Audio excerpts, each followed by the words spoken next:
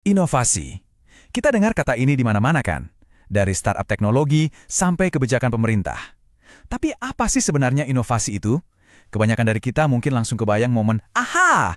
Kayak ada bola lampu yang tiba-tiba nyala di atas kepala. Tapi di sini kita bakal bedah bareng-bareng dan ternyata gambaran itu baru puncaknya aja. Jadi, apa benar inovasi itu sesimpel bola lampu yang menyala ini? Sebuah ide jenius yang muncul entah dari mana? Kenyataannya, ide brilian itu cuma puncaknya aja loh. Nah, disinilah letak inovasi yang sebenarnya.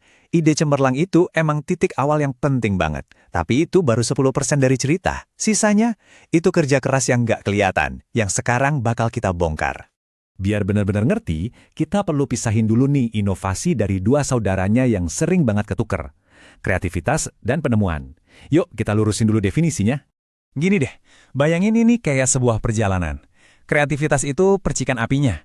Pas kita nemuin ide baru yang unik, penemuan itu langkah selanjutnya. Kita berhasil bikin prototipe pertama dari ide itu. Nah, inovasi itu garis finishnya, yaitu waktu penemuan itu benar-benar dipakai sama banyak orang dan ngasih dampak nyata. Jadi penemuan secanggih apapun kalau cuma disimpan di laci lab, ya itu belum bisa disebut inovasi. Oke, jadi kalau bukan cuma soal ide, apa dong resep rahasia buat nyipta inovasi yang berhasil? Ternyata ada 3 elemen kuncinya. Dan ini dia nih resepnya. Inovasi yang sukses itu hidup di titik temu atau sweet spot dari 3 lingkaran ini. Kalau salah satu aja nggak terpenuhi, itu bukan inovasi sejati. Yuk kita bedah satu-satu. Pertama, desirability atau keinginan. Apa orang-orang beneran butuh dan pengen ini? Kedua, feasibility atau kelayakan teknis. Kita bisa nggak bikin ini dengan teknologi yang ada sekarang? Dan terakhir, viability atau kelayakan bisnis. Apa ini bisa jadi bisnis yang jalan terus dan nguntungin?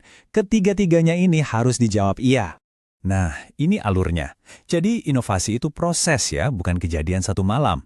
Mulai dari ide, diwujudkan lewat implementasi, terus menciptakan nilai buat penggunanya, dan yang paling penting, sampai di tahap adopsi massal. Tanpa langkah terakhir ini, penemuan sejenius apapun ya cuma jadi pajangan aja nggak ada gunanya. Oke, kita udah tahu resep dan prosesnya. Tapi, apa semua inovasi itu sama bentuknya?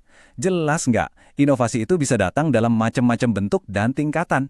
Inovasi itu nggak melulu soal produk baru kayak smartphone loh. Coba dilihat, bisa jadi inovasi proses, misalnya kayak cara Amazon ngatur gudangnya.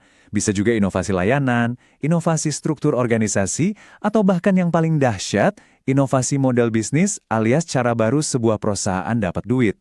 Contoh paling pas, ya Netflix sama Gojek. Netflix kan nggak bikin film, tapi mereka mengubah total model bisnis hiburan, dari sewa DVD jadi langganan streaming. Gojek juga gitu, mereka nggak nyiptain ojek, tapi mereka merevolusi layanan transportasi jadi sebuah super app buat semua kebutuhan.